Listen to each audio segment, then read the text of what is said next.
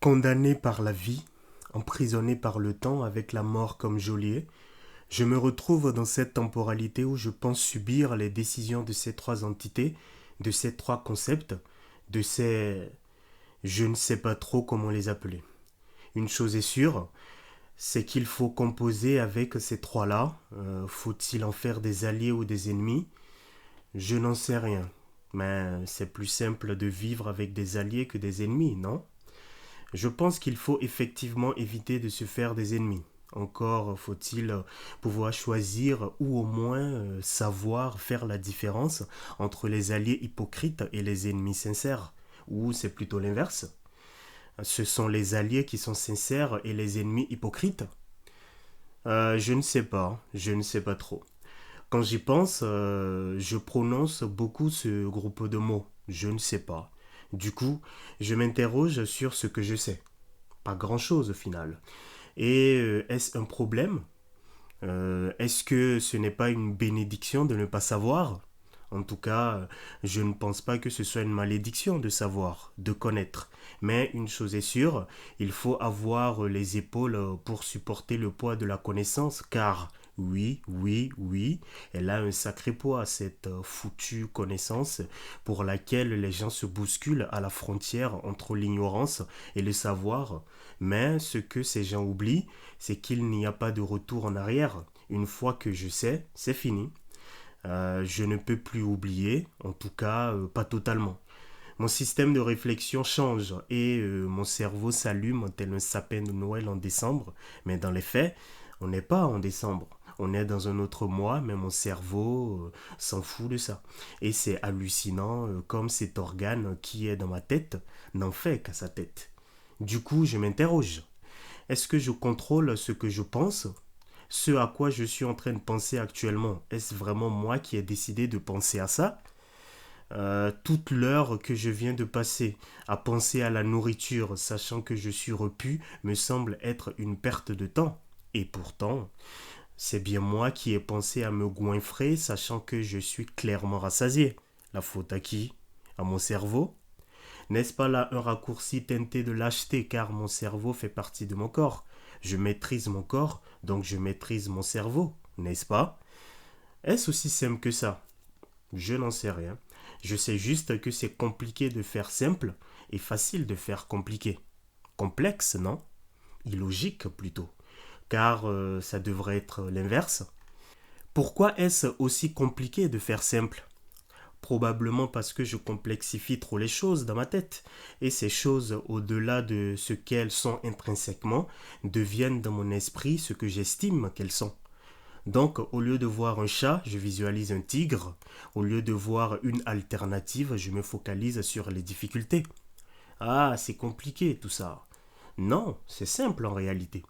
C'est juste moi qui me fais tout un film par rapport à ce regard pesant qui s'est posé sur moi, sachant que la personne en face était juste perdue dans ses pensées. Donc, qu'est-ce que ça m'apprend? Ça m'apprend qu'il y a une différence entre me regarder et regarder dans ma direction. Et si j'ai un doute que ce regard me fait peur ou m'inquiète, eh bien, je regarde ailleurs, tout simplement. Et force sera de constater que si je creuse sur l'origine de ma peur, elle n'aura rien à voir avec la personne en face, mais sera plutôt liée à des problèmes ou des manquements personnels que je n'ai pas encore réglés. Oui, effectivement, j'ai encore énormément de choses à régler, de philosophie à mettre à l'épreuve, de démons à exorciser. Que représentent mes démons, justement? Une noirceur, peut-être, mais encore. Un mauvais comportement, une pensée de travers, une autoroute de frustration. Mais comment j'en arrive là? J'ai l'impression de ne pas connaître l'origine de la noirceur, mais je pense que c'est en la nourrissant qu'elle devient mes démons, n'est-ce pas? Je n'en sais rien. Ça m'a l'air de tenir la route comme raisonnement. Une chose est sûre, il faut que je m'affronte, que je me mette face à ma noirceur et que je l'apprivoise. En quoi faisant? En lui donnant le moins de force possible. Et comment?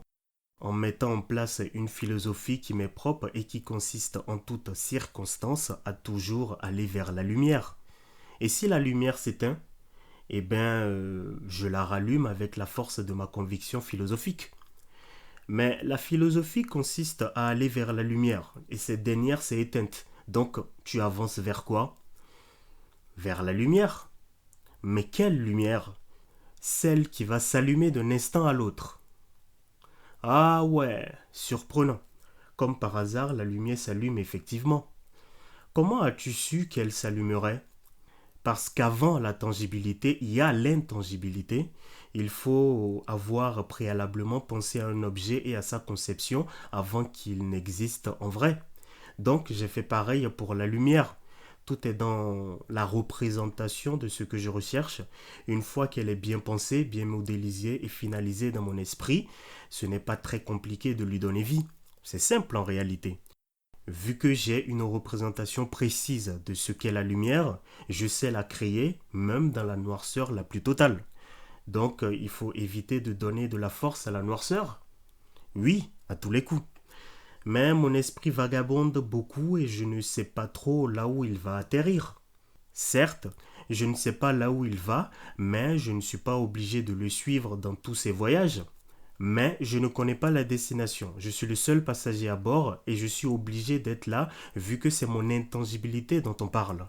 Du coup, prends le volant. Tu penses que c'est facile d'y arriver?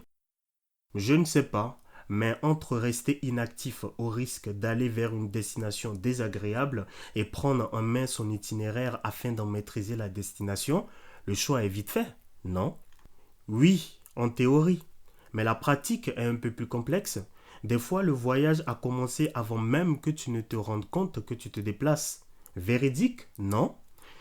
Oui, mais il faut être plus attentif, plus centripète que centrifuge, se recentrer sur soi-même et différencier ce qui traverse mon esprit de ce que je pense réellement. Et comment je fais cette différence? Tu te rappelles de la lumière? Oui, je m'en rappelle. Eh bien, celui-là, c'est tout. Elle connaît mieux le chemin que toi. Encore faut-il en avoir une représentation précise. Oh, ne sois pas trop dur avec toi-même, car arrivé à un certain niveau d'honnêteté envers soi-même, on se rend compte que la notion du bien et du mal n'est pas aussi relative que ce que l'on veut bien croire. Je pense que c'est un bon postulat de départ pour trouver cette lumière, justement. Je n'en sais rien, comme d'habitude. Après tout, qui suis-je? Un individu des plus quelconques qui ne se considère pas comme un exemple à suivre et dont les propos n'engagent que lui. C'est une définition effectivement proche de ce que j'estime être. Du coup, la vie, la mort, le temps. Oui, la vie, la mort, le temps. Qu'est-ce que tu veux que je te dise? Bah, développe. Développer quoi? Je n'y comprends rien de toute façon. Je sais juste que la vie, si elle doit me faciliter, me facilitera, et si elle doit m'éprouver, m'éprouvera, peu importe la configuration. Quant au temps, il fera toujours ce que bon lui semble, c'est-à-dire faire tourner la trotteuse envers et contre tout.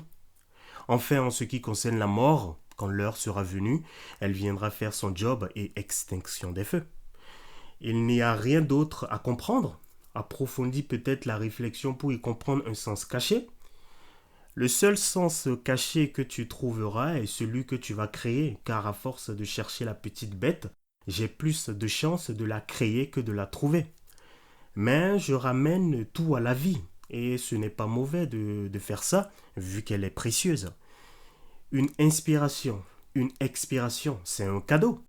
Il faut s'en rendre compte et c'est le plus important. Il faut surtout arrêter de nécessairement chercher à donner un qualificatif à la vie ou à essayer de la comprendre coûte que coûte, car je pense que la vie n'en a rien à foutre de tout ça. Elle fera son taf quoi qu'il arrive, donc vie, et c'est tout. Pareil pour le temps. Il fait ce qu'il estime devoir faire, bah, il passe tout simplement. Pendant que toi, tu te bats contre lui en te fatiguant dans un conflit que tu ne gagneras jamais, celui de ne pas vieillir. C'est comme si tu voulais que dans les journées, il n'y ait que des matinées, lol. Ce n'est pas possible, donc fais-toi à cette idée et avance, putain. Parce que le temps s'en fout de tout ça et il est déjà loin. C'est un sprinter hors pair qui file comme l'éclair, donc arrête de te casser la tête avec ce genre de questions et vis tout simplement. Tu te rappelles du cadeau? Inspirer et expirer, c'est tout ce dont tu as besoin pour construire tout le reste. Et la faucheuse dans tout ça, bah pareil que le temps et la vie. Il fait son taf, quoi. Vois les choses sous un autre prisme et au lieu de te poser 10 000 questions saugrenues sur la mort, dis-toi qu'elle est là pour te rappeler que tu n'es pas immortel et ça fera peut-être tilt dans ta tête, non? Je n'en sais rien, comme d'hab quoi. Donc je dois faire de la vie, la mort et du temps mes alliés, c'est ça? Je ne pense pas que ce soit sain d'avoir des ennemis, surtout si ce sont des concepts qui régissent d'une certaine façon ton existence. Une chose est sûre, si j'essaye de personnaliser la vie, la mort et le temps, je ne pense pas que dans le fond ils aient une dent contre toi. Ils font juste ce pourquoi ils existent. Au lieu de polémiquer sur tout ça, on va plutôt chercher ce pourquoi tu existes. Trouve ta lumière et brille de mille feux. Inspire et expire, profite de ce beau cadeau qui t'a été offert, ça ne te fera que du bien et ça t'éloignera à coup sûr de l'obscurité. Et pour le reste, garde juste à l'esprit que la vie restera toujours ce qu'elle est, que le temps ne se soucie ni du passé, ni du présent ou du futur.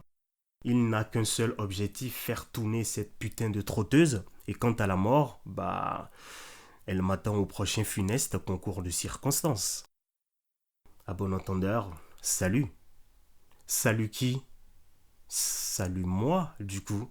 Je pensais que c'était salut l'autre, mais quand j'y pense, l'autre, c'est moi. Ouais, c'est pas mal ça. L'autre, c'est moi. Du coup, salut moi, salut l'autre, salut tout simplement. Pam pam para pam pam padam pam pam pam pam pam pam pam pam pam La vérité, qu'est-ce que c'est? Est-ce possible de la définir sans parler du mensonge? Du coup, le mensonge, qu'est-ce que c'est? Je n'en sais rien, mais j'ai l'impression que l'un va plus dans un sens que l'autre. C'est normal, me diras-tu, vu que ce sont des notions antinomiques. Antinomiques? Tu es sûr de ça? J'ai plutôt l'impression que ces deux notions ne sont pas aussi distinctes l'une de l'autre, vu qu'elles brillent par leur supercherie. Le mot est fort quand même. On parle de supercherie. Pourquoi? Parce que la vérité n'est pas plus vraie que le mensonge est faux.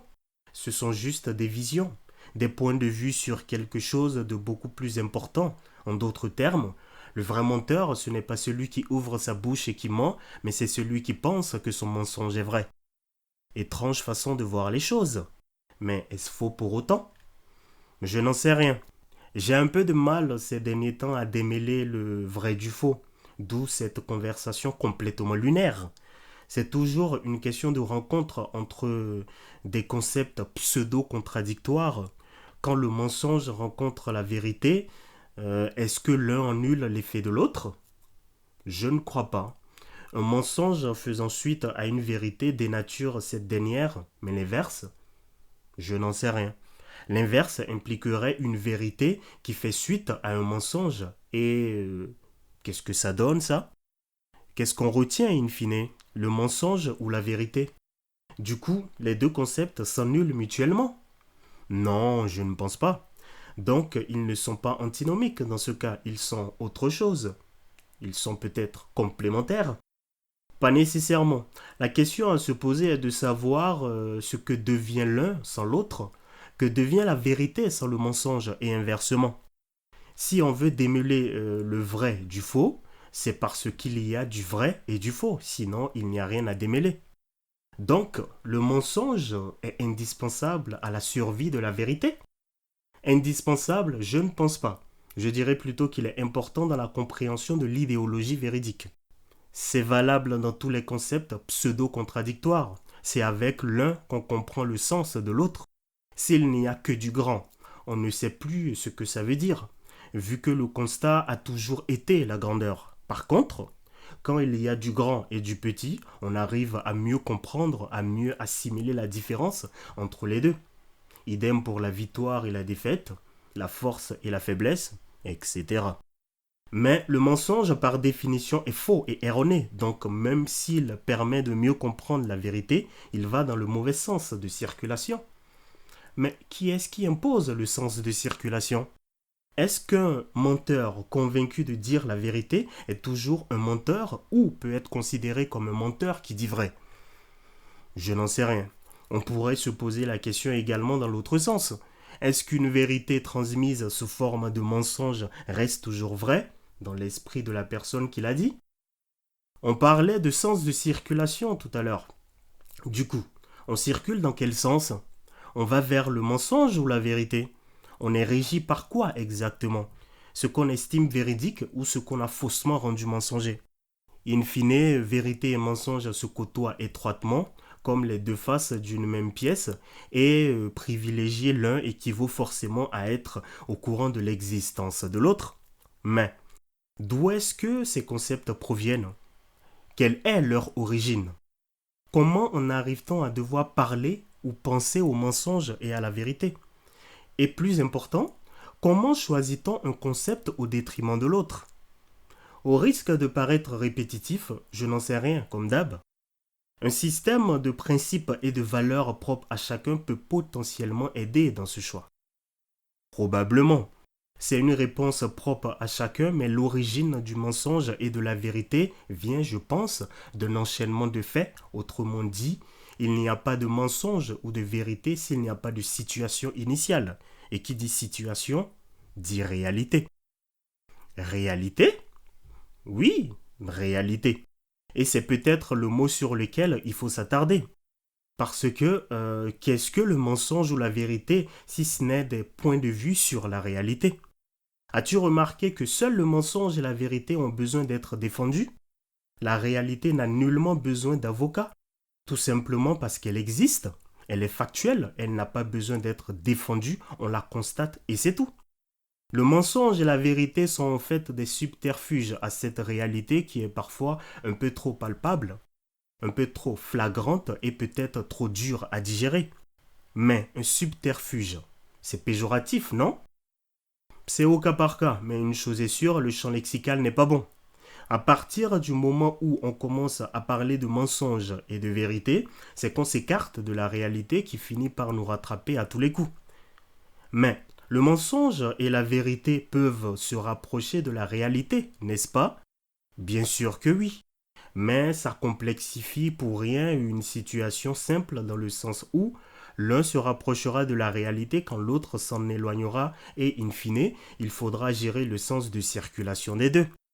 Pourquoi ne pas tout simplement constater et embrasser la réalité qui existe de façon factuelle? Pourquoi aller dans des concepts qui sont une représentation pseudo-exacte ou complètement erronée d'une réalité palpable? Pourquoi faire compliqué quand on peut faire simple?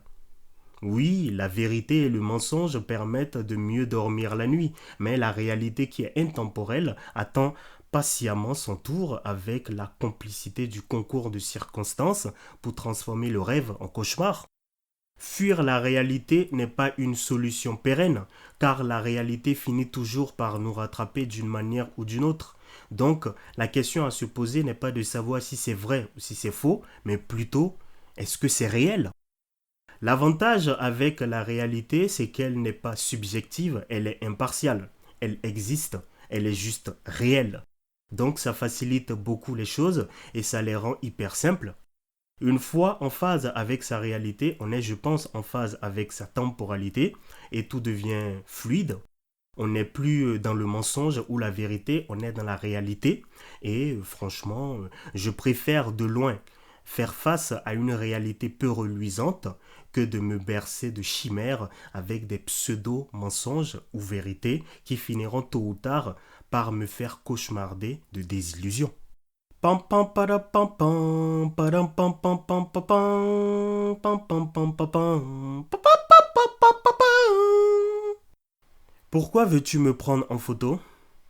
Parce que j'aime beaucoup ce que tu fais. Tes œuvres artistiques me parlent énormément et je pense que ce serait intéressant d'immortaliser notre rencontre en prenant une photo avec toi.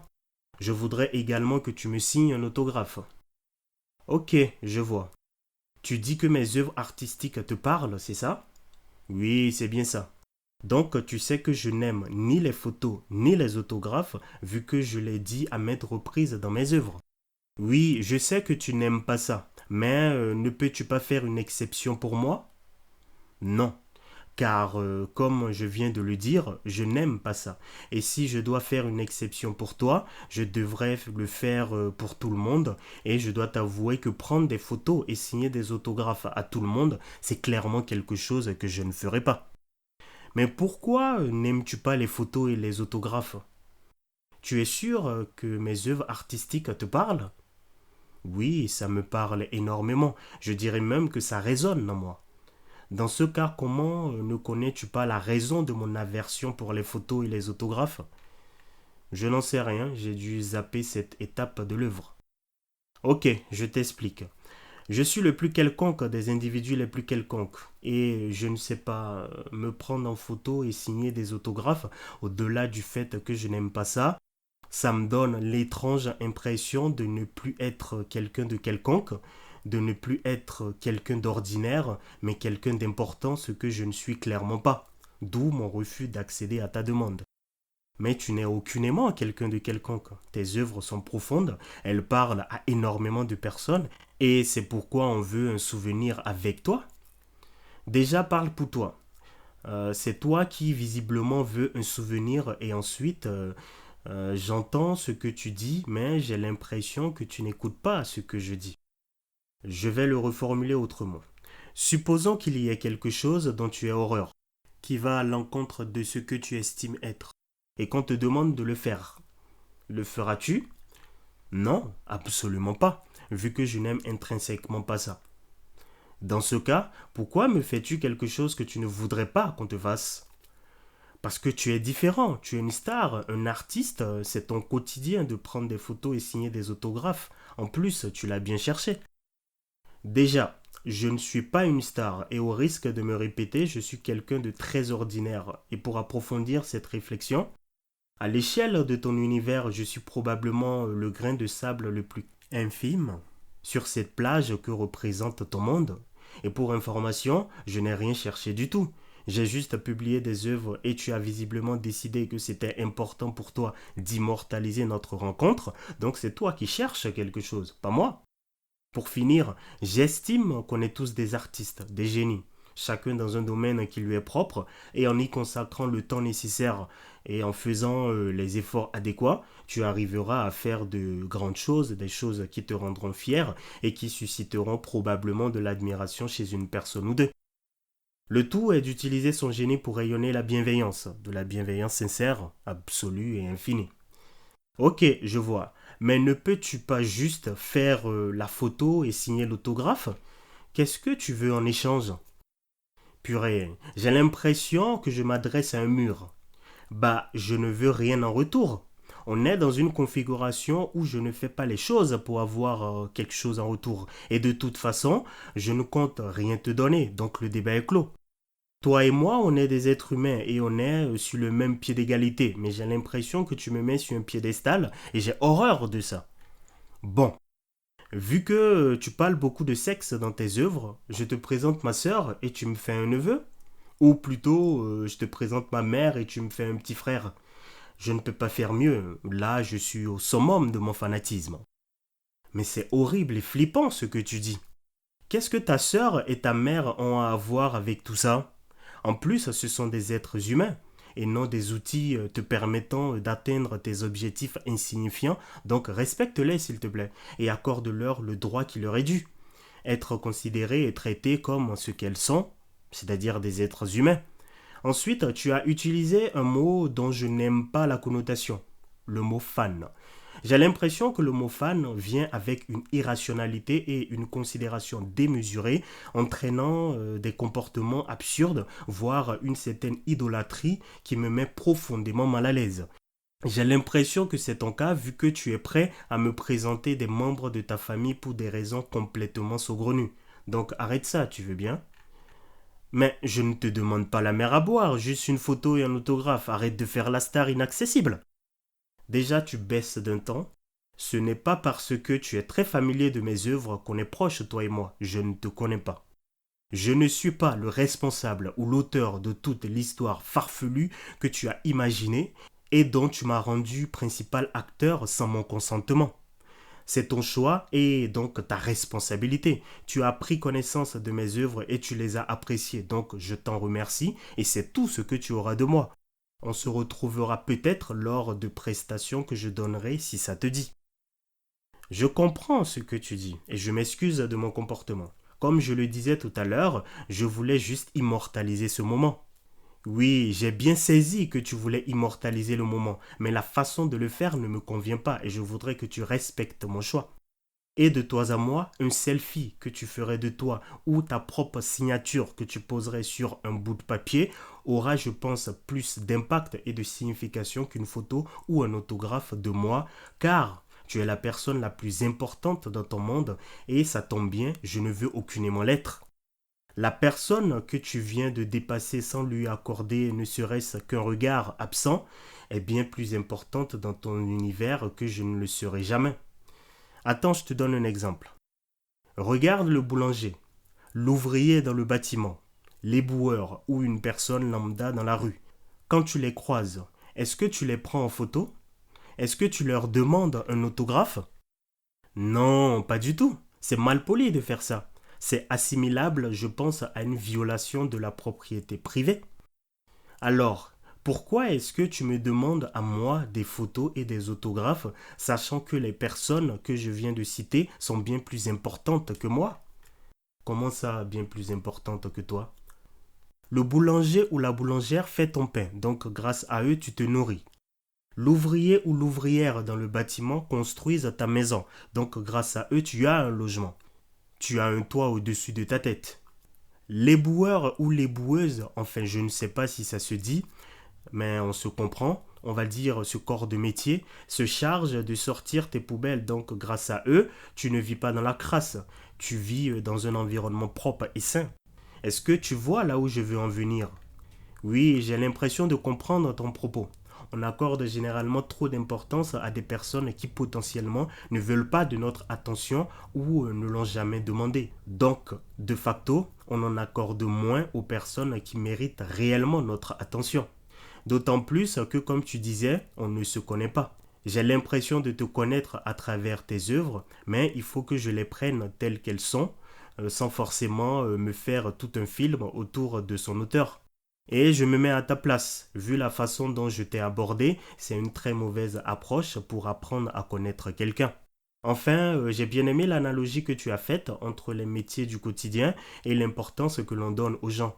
Ces personnes pratiquent des métiers qui me facilitent la vie au quotidien et je ne suis même pas fichu de leur dire un merci sincère. Mais je vais m'appliquer à le faire à partir d'aujourd'hui. Super, tu as compris. Je ne suis rien d'autre qu'un individu quelconque qui s'exprime via un canal artistique, mais ça ne fait pas de moi quelqu'un d'important, juste un artiste au même titre que toi, que lui, que nous, que tout le monde. On s'exprime juste via des canaux différents. Et quand on y pense, il y a des personnes beaucoup plus importantes qui mériteraient qu'on leur accorde toute notre attention. Du coup, tu veux toujours une photo et un autographe? Non, je m'en passerai. J'écouterai tes œuvres vu que je les apprécie particulièrement et j'irai te voir si j'en ai les moyens à tes potentielles prestations. Aussi, j'accorderai plus d'importance aux personnes importantes. Mes parents par exemple, mes frères et sœurs, les personnes qui œuvrent pour me faciliter la vie. En gros, j'accorderai plus d'importance à moi-même et à tous les humains, qu'ils soient connus ou pas. Et je respecterai les limites qui me seront fixées lors de l'expression de cette attention. Parfait. Je peux t'inviter à prendre un café? Oui, avec plaisir. Tu profiteras pour me poser les éventuelles questions que tu te poses à mon sujet. Ah, super. Mais pour ça, il faudrait qu'on prenne plusieurs cafés, car j'ai énormément de questions à te poser. T'inquiète, on a le temps. Et en plus, le café, c'est plus pour toi. Moi, je vais prendre des jus d'ananas. Et concernant les réponses aux questions que tu te poses, tu serais surpris de leur caractère simple, classique et ordinaire finalement.